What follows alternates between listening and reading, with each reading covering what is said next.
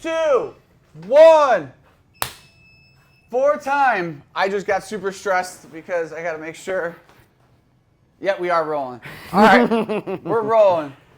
Sorry, a lot of things going on there. This is going to be an episode that I won't say I'm not looking forward to, but I've kind of known it's coming. So I'm just going to put it straight out there. Richie is moving on into a new career path starting in a couple weeks. 13 days. 13 days. We have a countdown, 13 days. And we're going to talk about that a little bit. So when did you start with us? You became a member in 2016. 2016. I did foundations at the Monon location with Hudson. Okay. In 2016 sometime. And I always tell the story that I remember one of the very first, do you know the story I'm going to tell right now? So one of the very first times I met Richie, it was at the Monon space, and I think it was on the first level. Like there's like a class, and you're just on the first level. And there's this guy with his shirt off, with no shoes on, doing full snatches. And I was just like, who is allowing one of our members to do an Olympic lift with no shoes on? And then I thought to myself, who is this person that he has the mobility and the strength to do a full snatch and coordination with no shoes on? And then once I met him, I'm like, oh, this all makes sense. So in 2016, you became a member. You're with us as a member for about 3 years-ish. And then I believe it was 2019 is what we said? Yep, September 2019. When you came on as a coach. When I started full-time. Yeah, September 2019. Started full-time with us. What was that transition like? Like, was it kind of like, I really like this, I want to do this? Or like, was it Peter who talked you into it? Or did you not be talked in? You wanted to do it? Like, how did that all work? I wanted to do it. I was interested in this sort of thing in school. Okay. But my whole physical education prior to CrossFit was karate. Yeah. So I had never touched a barbell before. Probably never really touched a weight of any kind. We did push-ups and abs and we sparred. And then in college, I did a bunch of biomechanics and kinesiology and anatomy and physiology and that type of thing. But, you know, I had no exposure to it before I started CrossFit, so I didn't really know what training was like. Yeah. I knew I was interested in it, but I didn't know what it entailed. Anyway, I started CrossFit to make my karate better. Yeah. Which, fun fact, mission accomplished. Yeah, that does work, right? And then movement supports movement, as it turns out. And then I was a member for about 3 years, and then I went on a hike with Peter. He and I had been meaning to go do that for some time, and then we finally did it. And then a few weeks later, he was like, so how about you coach for us? And I was like, how about I? Yeah. What's that like? Yeah. And then, that was early in the spring or the summer, 2019. And then I started shadowing classes, observing. Mm-hmm. Anna started training me up, started observing classes. I started coaching some boot camp classes at 916, and then officially started full-time in September that year. Yeah. With Joe. Love it. I forgot about Joe. Yeah, with Joe. Oh, yeah. And then I would say mostly Anna and Peter, who trained me coaching, and then Jess Granger at the time. Yeah. She was my lifting coach. Yep, weightlifting. Yep. Learned a ton from her, and jumped right in. I think I started with 12 or 15 classes a week, and cleaned all the bikes and all the rowers, and I took care of all of the equipment. I put hands on every piece of equipment every week for years. Oh, yeah, I was going to say a long time. Yeah. Until I had enough personal training clients that I couldn't really do that anymore. Yeah. Yeah. Well, I think that's a great point right there. Just the evolution of you. It's a classic example of someone who starts at this level and then eventually, works his way up to this level to where it's like what you're doing then, helping out with cleaning, helping out with pretty much any odds and end that you can imagine, plus coaching. Yeah. And then now here you are, you coach, but not nearly as much as you used to because you're working one-on-one with so many clients. And you changed so many clients' lives with your one-on-one training with them. yeah, it's been a very cool progression. I use you as an example all the time of like, this is possible to create a sustainable career for yourself and still have time, because a lot of times in this industry, it's a lot of like 12-hour days, and you don't have to do that necessarily. I did it for a while. You did. Everyone does it for a while, and I think that's also the hard part. Is like you got to kind of like blood, sweat, and tears, put in the work, and then eventually there's some goodness on the other side. I mean, so, go ahead. Sorry. No, the beginning was hard. First, like learning to do the job. Yeah. Because I don't like being bad at things. So learning to be like achieve baseline competence at coaching CrossFit took a little while, and then actually getting good at it took longer. Yeah. And then, like you said, if you're just coaching classes and then doing administrative stuff, it takes a little while, and you start getting some clients, and then you can like actually build a real income. Yeah. But that's just the nature of the industry. I mean, you got to work a lot to get paid. Totally. So let's talk a little bit about your future, the journey. So what is it you're going into? What does that look like? What is that thought process, overall process into doing what you're going to be doing? And I haven't really kind of been like, this is what you are. So you do that and share. Yeah. So I'm starting with the Noblesville Fire Department. Yes. Congrats. Thank you. Here in 2 weeks. Recruit Academy is 6 months, Monday through Friday. I'll be there end of April through October sometime. I'm not exactly sure when the end is, and I think some of that's a little dependent on them getting some stuff scheduled. But for sure. Plus or minus a little bit from 6 months. And that'll be the full-time thing. It's 8 to 5. Yeah. They said sometimes it'll be 3:30, sometimes it'll be 6, but plan on 8 to 5 every day. And then after that, I'll start on shift work, my probationary year. They do 24-hour shifts, so I'll go and I'll be gone for 24 hours, and then home for 24, and do it again. Yeah. And then, so people watching can know the game plan right now is you're done next week. Your last week is next week, which is the week of the 20th, I think. Yeah. Then you're off to Academy, but people might still see your face in here because I'm likely going to be in here early most mornings. Yeah, because you're still going to want to work out and do your stuff. And I have a friend that's been through this process before. Who worked out before Academy. And I asked him about that, and he said, some days I probably shouldn't have, but on the whole it was good for me. Yeah. So, I know that there's a certain amount of physical condition that I am in that I would like to be able to keep. Yeah. And I know that Academy is going to be super physical, but I also know that I'm good for a lot of physicality. I think you're going to be fine on the physical training test for the Academy. Anyway, and I might have 1 or 2 clients that I'm keeping early in the morning. Got it.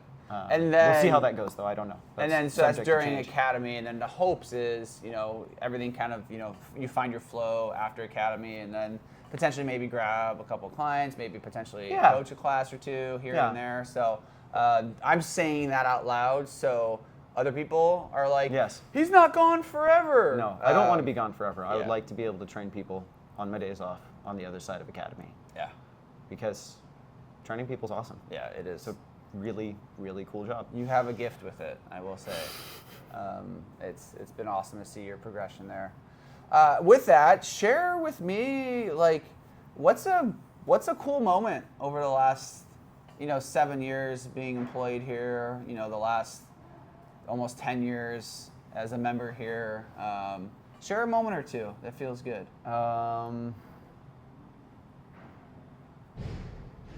Man. Okay. I know it's hard to just pick one, right? Because you don't want to leave anyone out. I'm not.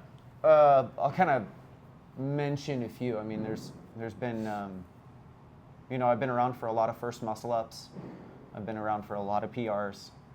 I've been around for more than one time somebody like almost breaking down crying doing something they never thought they'd be able to do or to do again. Totally. On the other side of an injury. Those things are cool. I remember racing Anna during an open workout one time where her and I looked at each other and we're like, yeah, we're going to do like 7-ish rounds of this thing. And then We went out way faster than we had planned on. We stayed way faster than we planned on. We did 9 rounds and change that day and almost died.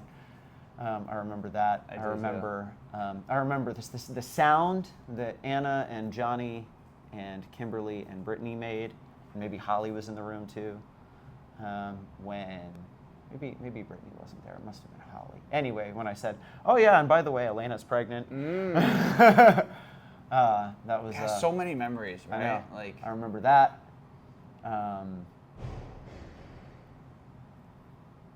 Yeah. I remember when Caitlin asked if I would train her. She was like one of my first clients. It was when I was fixing Caitlin's clean so long ago. I gave her like a cue doing handstand stuff in a workout one day, and she was like, "Okay, will you help me clean and jerk 200 pounds?" There you go. And I was like, "Did she do it?" Yeah, let's try it. No, but she kind of got hurt along the way. I think she got to like 190 to 195. Yeah, we were. She was real close. Yeah. She was real close. We needed a little longer. And with that experience, looking back on it, if I was going to train her again, I'd do it very differently now with 7 years more experience. For sure. Yeah. Yeah.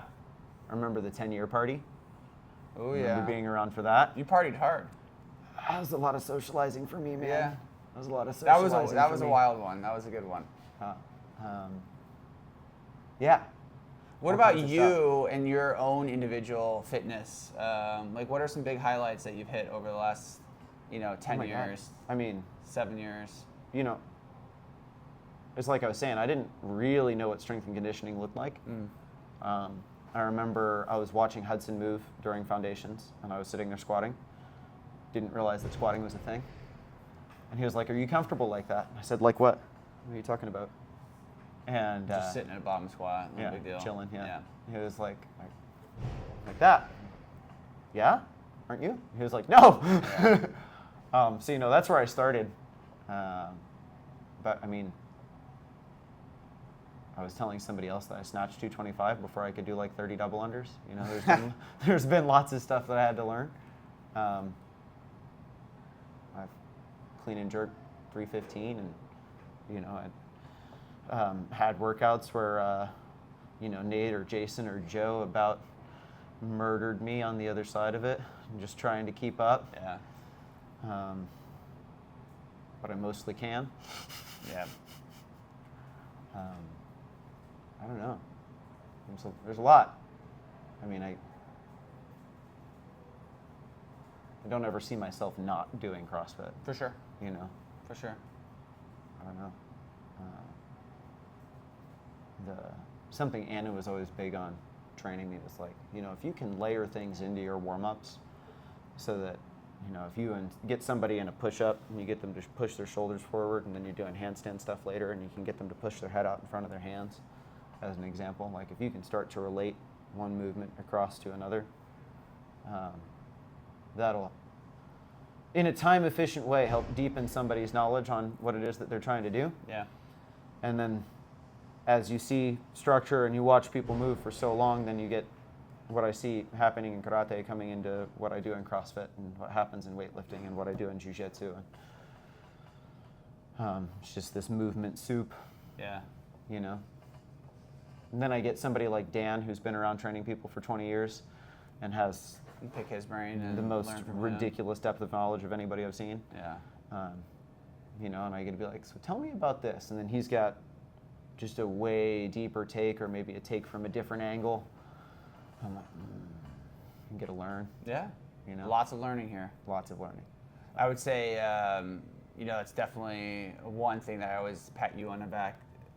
Maybe I've never said this to you in person, but just like your willingness and openness to accept feedback, even though it's not always the easiest thing. But you are a clear prime example of someone who, did accept the feedback and have evolved over time. I don't want to say changed, but you've evolved as a human being, evolved as an adult to better work with clients, be better with clients from a mental perspective, and being able to connect and build relationships. Not saying that you were bad at it in the beginning, but it was definitely an area of opportunity for you, which I know you know. And now it's just like seeing you where you're at now. It's just like I'm just very proud of you. Yeah. So Thanks. I mean, that was what Anna always was. She was like, your technical skills sort of speak for themselves. You need to learn how to communicate, learn how to be a person, learn how to. She didn't say it that way. No, I know, that was, but you yeah. know, I wasn't. I would say, especially with new people, with somebody that I know. Yeah. I take a little warming up to new people. For sure. You know, and I think that's going to be our soundbite from this one. Yeah. Richie takes a little bit of time to be. Yeah, but you know, I've figured out how to make it. You know, instead of it being me staring at someone for 6 months before I can decide that I'm going to talk to them. That's hilarious. You know, it's like new person rolls in the door, and I'm like, okay, Superman. I'm going to go. So if anyone's ever felt that energy, you heard it here first. That's what's happening. So. Yeah, that's not anything to do with them. That's me. I know. You know, I had a client who's very accurately described me as an introvert surviving an extrovert's job. There you go. You know, and for a long time, it was very, very true. Yeah. I mean, it's still true. I'm just better at it. Totally. But, well, thank you for everything you've done here.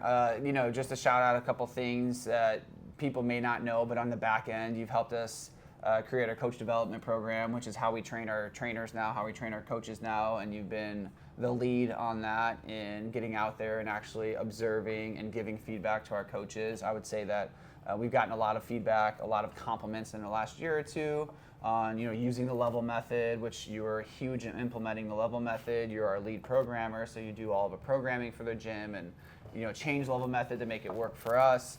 But developing the staff as a whole, the compliments we get now is like our coaching is dialed in at this point, and that's kudos to you and everything you've done for this business. So I'm very thankful for that. Which, by the way, he's not running away from programming. He's still going to be programming for us even throughout Academy as well. So Richie's going to be behind the scenes doing that. Yeah, man, and just from bottom of my heart, thank you, dude. I appreciate everything that you've been able to do for us here at the business. And if you have any parting words that you want to say, feel free to do so. Yeah. Mostly, I'm just incredibly grateful. I mean, it's a very cool job. Yep. It's a very, very cool job, and I get to help people do things that they've never done, never thought they could do. You know, when you're talking to somebody that, you know, like just got like their third pull-up, and you start talking to them about like, so when are we going to get muscle ups? And that wasn't even on their radar, and then 2 years later, you're like, there's that first muscle up. Yeah. You know, it's really wildly cool. Where else do you get that in life? You know, it's just teaching, just training. Yep. Yeah. Awesome. Well, thank you, sir. Thank you. 3, 2, 1. Time.